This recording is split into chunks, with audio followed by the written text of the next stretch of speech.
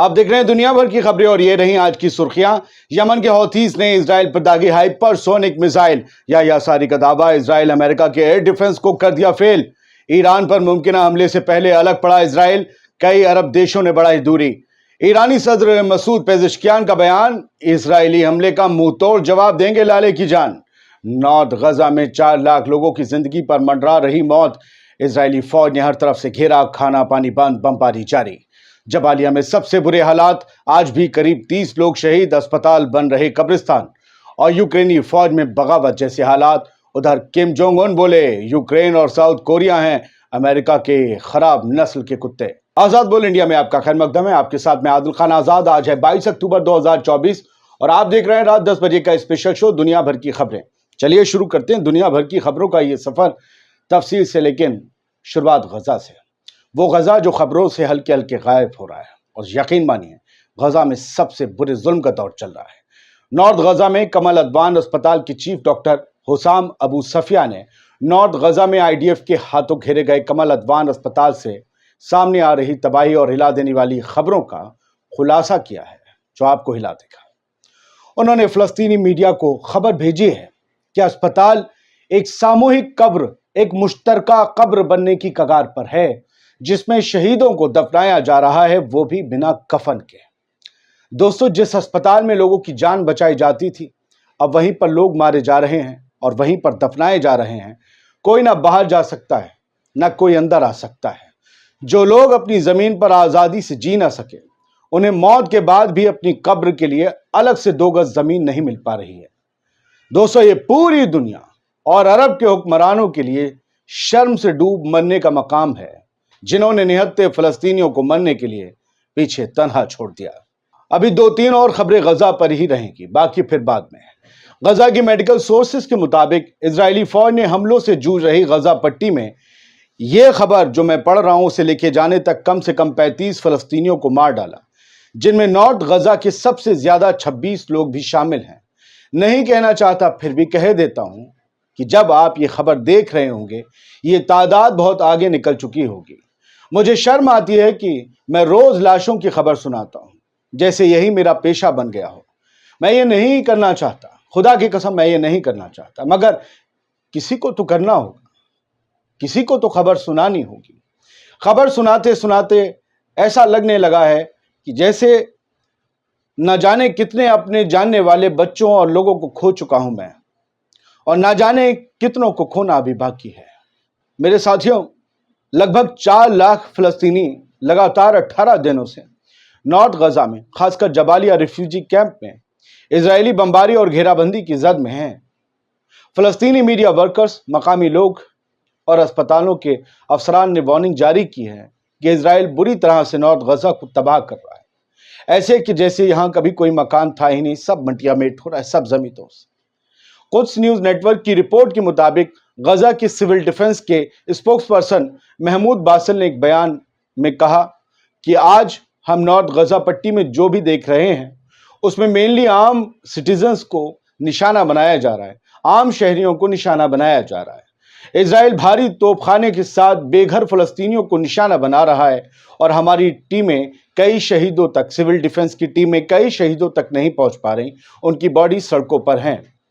Israel कत्लो गारत की policy पर कायम है और लोगों को भागने के लिए मजबूर करने के लिए रिहायशी इलाकों को निशाना बनाकर जेनोसाइड अंजाम दे रहा है। उन्होंने बताया कि आईडीएफ जबालिया में अपने टारगेट शिफ्ट कर रही है और हमारे लोग भुखमरी, नरसंहार यानी जेनोसाइड और सभी तरह की तबाही का बोझ अपने सिर पर उठाए बस भागे जा रहे हैं, इस उम्मीद के साथ कि शायद आज जिंदगी बच जाए। दोस्तों, ये 4 लाख लोग भुला दिए गए हैं, मगर इन्हें भूलने वाले तख्त नशीनों को बहुत जल्द इनकी चीखें और इनकी आहें जिंदगी भर और जिंदगी के बाद भी डराने वाली हैं।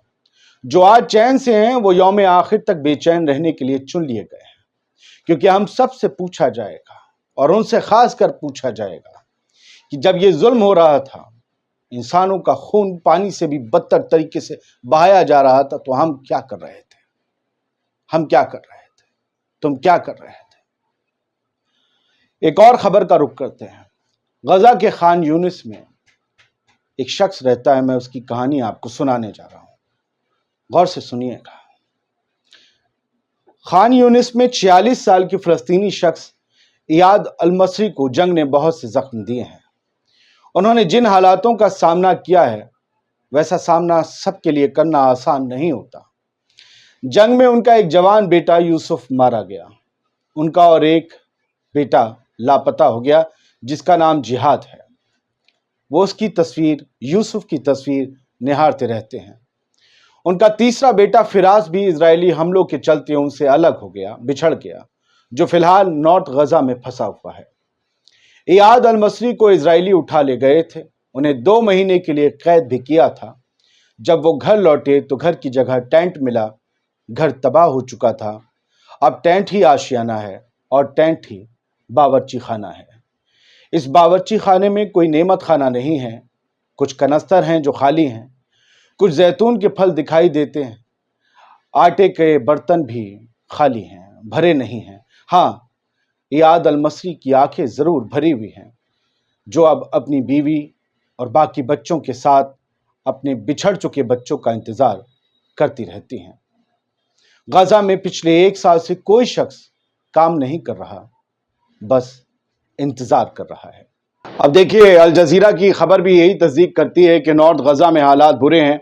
इजराइल की फौज ने, इजरायली बमबारी ने दर्जनों लोगों की जान ले ली है और नॉर्थ गजा में एड जाने के तमाम रास्तों को इजराइल ने ब्लॉक कर दिया है। बढ़ते आगे, यमन ने आज एक बड़ा धमाका किया है। यमन के अंसरुल्लाह मूवमेंट ने, जिन्हें आप हाउथीज, हूती वगैरह सबके नाम से जानते हैं, इन्होंने आज एक इजरायली अड्डे पर, मिलिट्री अड्डे पर हाइपरसोनिक मिसाइल दागने का दावा किया है। बल्कि हाइपरसोनिक मिसाइल दागी है, दावा इनका यह है कि वो बिल्कुल अपने सटीक टारगेट पर जाकर लगी है। हाइपरसोनिक मिसाइल यमन के हाउथीज की। और ये भी इन्होंने कहा, याहिया सारी, ब्रिगेडियर याहिया सारी आए, वीडियो उन्होंने जारी किया और बोले कि अमेरिका और इजराइल के एयर डिफेंस सिस्टम को चीरती हुई हमारी मिसाइल गई और वहां पर जाकर हिट किया जहां हमने उसका टारगेट सेट किया था इजराइल के अंदर। न थार्ड रोक पाया, न इजराइल का आयरन डोम रोक पाया, समझे नहीं, और ये चली गई। तो भैया, हमने कहा कि इजरायली अखबारों में खबर दिखे। पहली बार मैं खबर सर्च कर रहा हूं और खबर नहीं मिल रही है। मुझे नहीं पता हो, मैं ये मतलब मानने को तैयार नहीं कि खबर नहीं छपी होगी। मिल नहीं रही है, सेंसर हुई है, अभी तवज्जो नहीं दी है, नुकसान इकट्ठा किया जा रहा है, या खुद अभी उन्हें नहीं पता है कि हम पर हमला हुआ है। मुझे नहीं पता सर। जैसे ही पता चलेगा वहां क्या हुआ है मैं आपको बताऊंगा। ठीक है सर, चलिए आगे बढ़ते हैं। ये हैं भाई हमारे ईरान वाले विदेश मंत्री। Neighbour have distance themselves from action against Iran. Araghchi, Abbas Araghchi, foreign minister of Iran, बड़े तेज तर्रार हैं। इन्होंने अभी पिछले 2 हफ्तों में जितने भी रीजनल मुल्क हैं, अरब ममालिक, गैर अरब ममालिक, सब में जाकर बातचीत की और सभी के जो प्रीमियर्स उनसे मिले। ऐसा नहीं है कि अपने विदेश मंत्रियों से मिले, उनसे भी मिले। अब ये अभी देखिए, आज पिछले कुछ घंटों में कहाँ गए? बहरीन गए, बहरीन के बाद कुवैत चले गए, उससे पहले कतर गए, इराक गए, और आपका लेबनान गए, सीरिया गए, सऊदी अरब गए, तुर्की गए, सब जगह ये मिलकर आए, ओमान गए, सबके सुल्तानों से मिलकर, फॉरेन मिनिस्टर से मिलकर आए और बोले कि आपकी ज़मीन, आपका आसमान, मेरी जान इजराइल इस्तेमाल ना करे।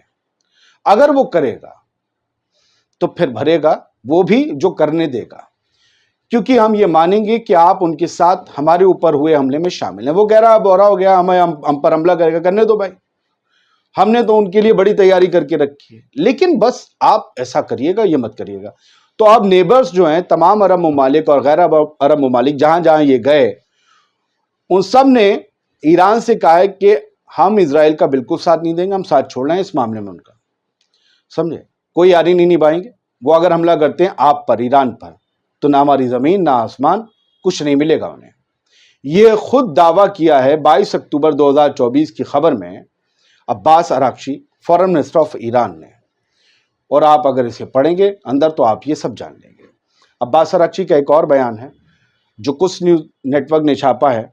वो इजराइल के हमले को लेकर कहा है कि जैसा भी चाहें, जो भी चाहें इजराइल का हमला करे, हम ठीक है, हमें कोई मसला नहीं है, लेकिन वो याद रखे कि response will be the same. जवाब उतना ही मजबूत होगा और वैसा ही होगा जैसा वो करेगा, تو وہ समझ ले कि हम पे पॉपिंस फेंकेगा या हम पर मेलेडी फेंकेगा, जो चाहे फेंके। ईरान आजकल बराबर ही हो गया मामला, अगर कुछ लोगों के लिए देखें। Iran does not want war in the region but is prepared for the scenario, all the scenario, कि ईरान रीजन में वॉर नहीं चाहता, जंग नहीं चाहता, लेकिन हर तरह की सिनेरियोस के लिए वो तैयार है। अब ईरानी सदर मसूद पेजेश्कियान आज याह्या सिनवार को खिराज अकीदत पेश करने ईरान की राजधानी तेहरान में जो हमास का दफ्तर है वहां गए, फिर उसके बाद निकले, बोलते हैं कि माकूल जवाब देंगे, अगर इजराइल ने हमला कर लिया तो याद रखना ऐसा नहीं होगा कि हमला हल्का होगा, पूरी तरीके से पूरी कुव्वत के साथ इक्वली प्रोपोर्शनल हमला करेंगे। मसूद पेजेश्कियान बोल रहे हैं। इजराइल का अखबार है द टाइम्स ऑफ इजराइल, एक कंफर्मेशन आई है, वो आपको बताना चाहता हूं। परसों हिजबुल्लाह का ड्रोन गया था और इजरायली पीएम बेंजामिन नेतन्याहू के घर को स्ट्राइक किया था। अब इसकी कंफर्मेशन आई है, शिन बेट ने भी कर दी है।